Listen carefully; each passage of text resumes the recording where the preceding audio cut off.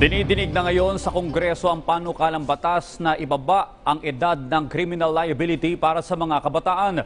Kaugnay niyan, makakausap natin sa linya ng telepono si dating Special Assistant to the President, Secretary Christopher Bongo, na isa sa mga unang nagsusulong ng mga hakbang para maprotektahan ang mga kabataan.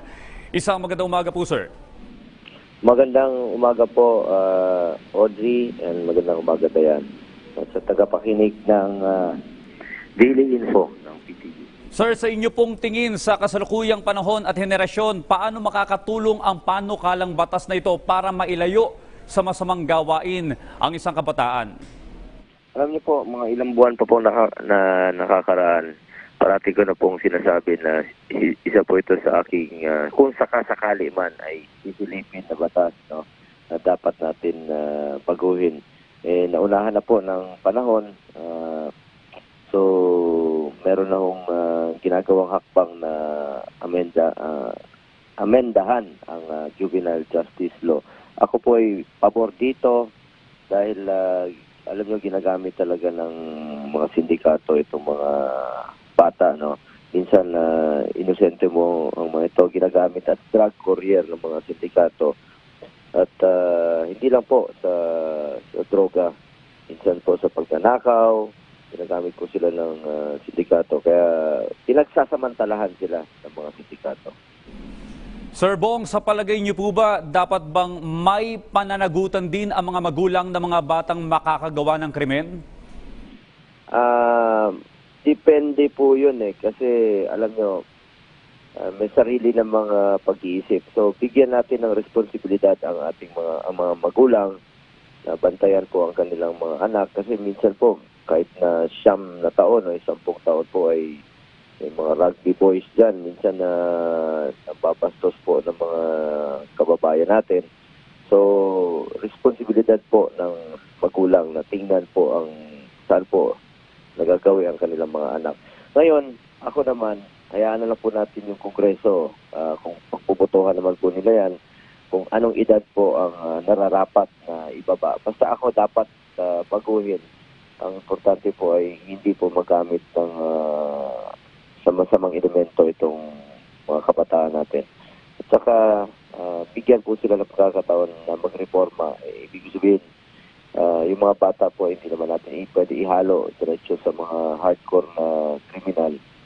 So yung saan po natin sila ilalagay habang sila po ay nire-reforma.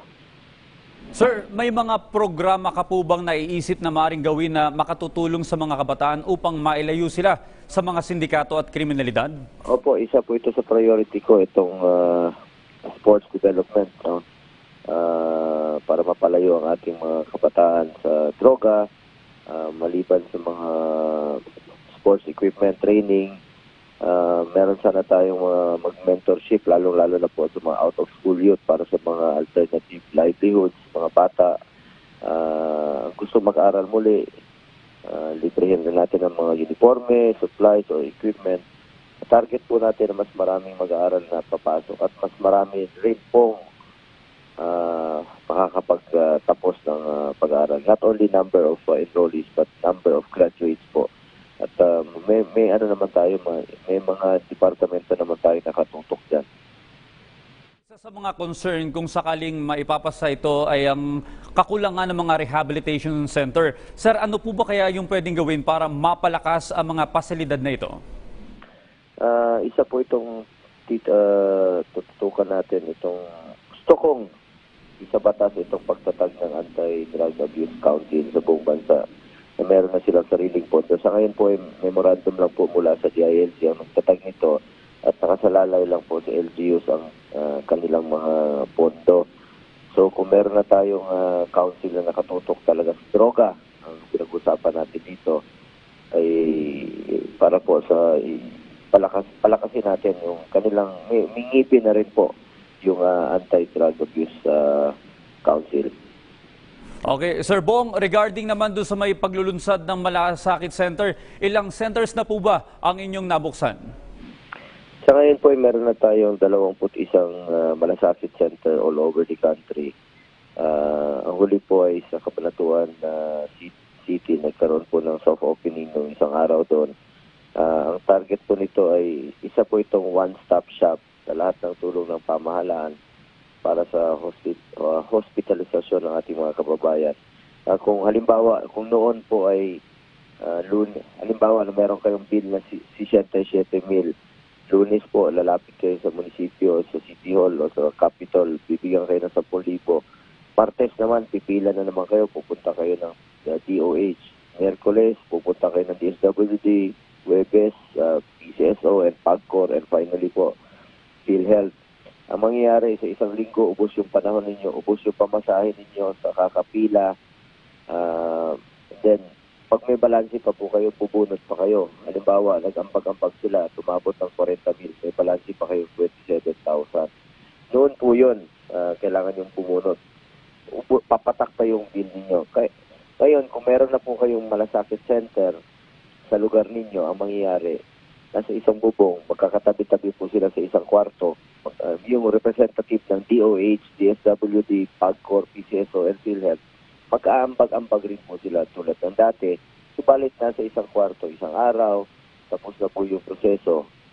Sakali namang may balanse pa kayo sa inyong mga bill, halimbawa nag-ambag-ambag sila, naging 45,000, may balanse pa kayong 22,000. Ang magbabayad po nito, ang malasakit center na po para wala na po kayong babayaran. Mapabilis yung proseso, tipid ho kayo sa pamasahe, yung panahon ninyo, at hindi na papatak pa yung bill ninyo. Pangalawa, meron pong express lane para sa mga senior citizen at sa mga disabled para hindi na sila kailangan pumila. Pangatlo, ano bang requirements nito? Ano bang dapat nila isumite?